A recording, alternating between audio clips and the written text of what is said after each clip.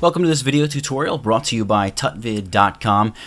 Today we're going to talk about more of a quick tip / cool thing you can do with Dreamweaver, but something that's very useful and something that I've really liked since I did it, I don't know, maybe a couple of years ago. But something maybe that I thought that you guys would like, and I have gotten a couple of requests about it. So we're going to take a look at changing the code color in Dreamweaver, and in fact, really it's going to almost change the entire interface, but not really.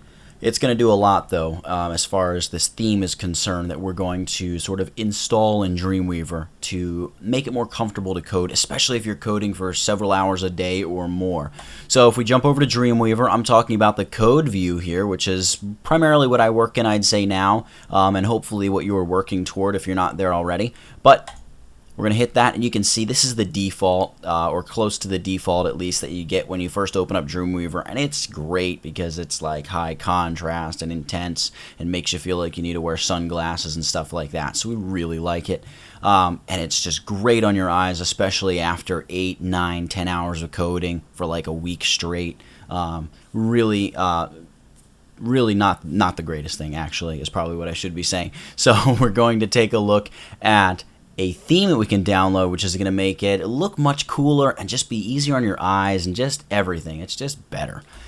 So this is what we're working with. Now, the website that you want to go to is that webguyblog.com, and if you just sort of run a Google search for dark code view theme for Dreamweaver, I'll have a link for it in the blog post that I do for this on Tutvid, and also I'll try to remember to put a link in the video description as well. So you'll have a link right to this page, and what we want to do is come down here to dreamweavercolors.zip, and yep, go ahead and download it, and there you go, it just downloads the zip file.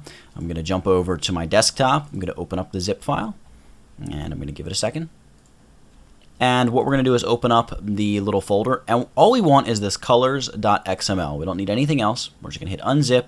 I'm going to unzip it to my desktop, and I'm going to close WinZip, and I'm actually going to delete the zip file. So colors.xml, that's great. Now, we need to place this in the right spot for it to work. Now, this is where it gets tricky, and this is where you guys will have to work with me a little bit here, because it all depends on your operating system. Windows XP is different than Windows Vista, is different than Mac OS 10, is different than, I'm sure, Mac OS 10 Lion and Mountain Lion and every other jungle cat that Apple has named a operating system after. Windows 7 is different, Windows 8 is different, so they're all different. So I'm running Windows 7 here, but again, in the blog post for this tutorial, I'm going to have the paths written out for Windows XP, Windows Vista, Windows 7, and Macintosh as far as I know it to be. So in Windows 7, it's under your C drive, users, you can see my username, Nathaniel, app data, roaming, Adobe, Dreamweaver CS6, N_US, configuration, color coding. And in the color coding folder, there's a file called colors.xml. This is the file that we're going to change. However, we're not going to get rid of this one. We're simply going to rename it. Now, before I rename it, as far as I know on the Mac, it's something like users, username library, application support, Adobe, Dreamweaver, your version of Dreamweaver, configuration, color coding. So it's something like that. And again, run a Google search if you're having issues with it. There's a whole ton of like help forums and threads and things that have been started to help people, sort out exactly where this is in their specific operating system. But it's going to be really boring if I go over it all right now. So I have mine here. I'm going to rename this colors-older, something like that. And, well, actually, I'm going to close out Dreamweaver. We're going to need to restart Dreamweaver anyway. So colors older, and then I'm just going to drag colors.xml into this folder. So colors.xml is the file that Dreamweaver's picking up. Colors older is that default color scheme. No like that. Colors.xml is going to be the cool new color scheme. So I'm going to minimize this, and we're going to start Dreamweaver up again.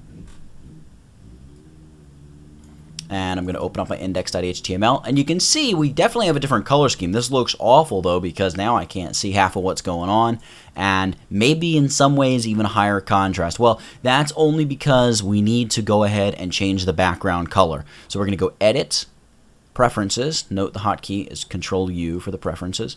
And we're going to go Code Coloring, and the default background color, we need to set it to #003.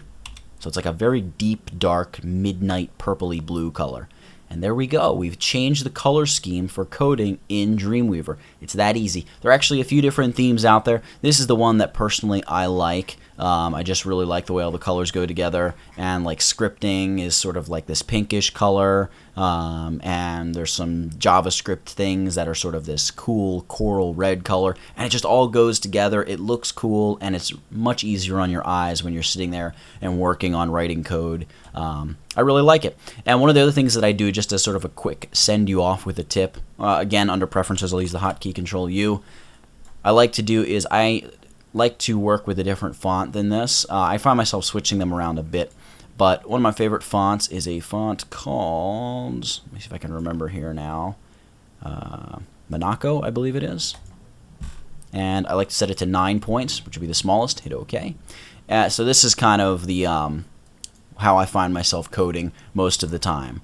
Just a nice little font. Actually, we could probably up the size just a little bit. It might be a little bit too small, just a touch. Yeah, there we go, something like that. But you know, you can even run a Google search on different fonts that are great for coding and find something that you really like. I like this. I like the spacing. I like how thin everything is. But find something that works for you. And between the typeface and the new color scheme and all of that, hopefully you'll have a much more comfortable coding environment in Dreamweaver if you're using Dreamweaver for any kind of heavy coding at all. So that's it for this one. Hope you enjoyed it. Make sure you go check out the site. That's www.tutvid.com for more video tutorials. Thanks for watching.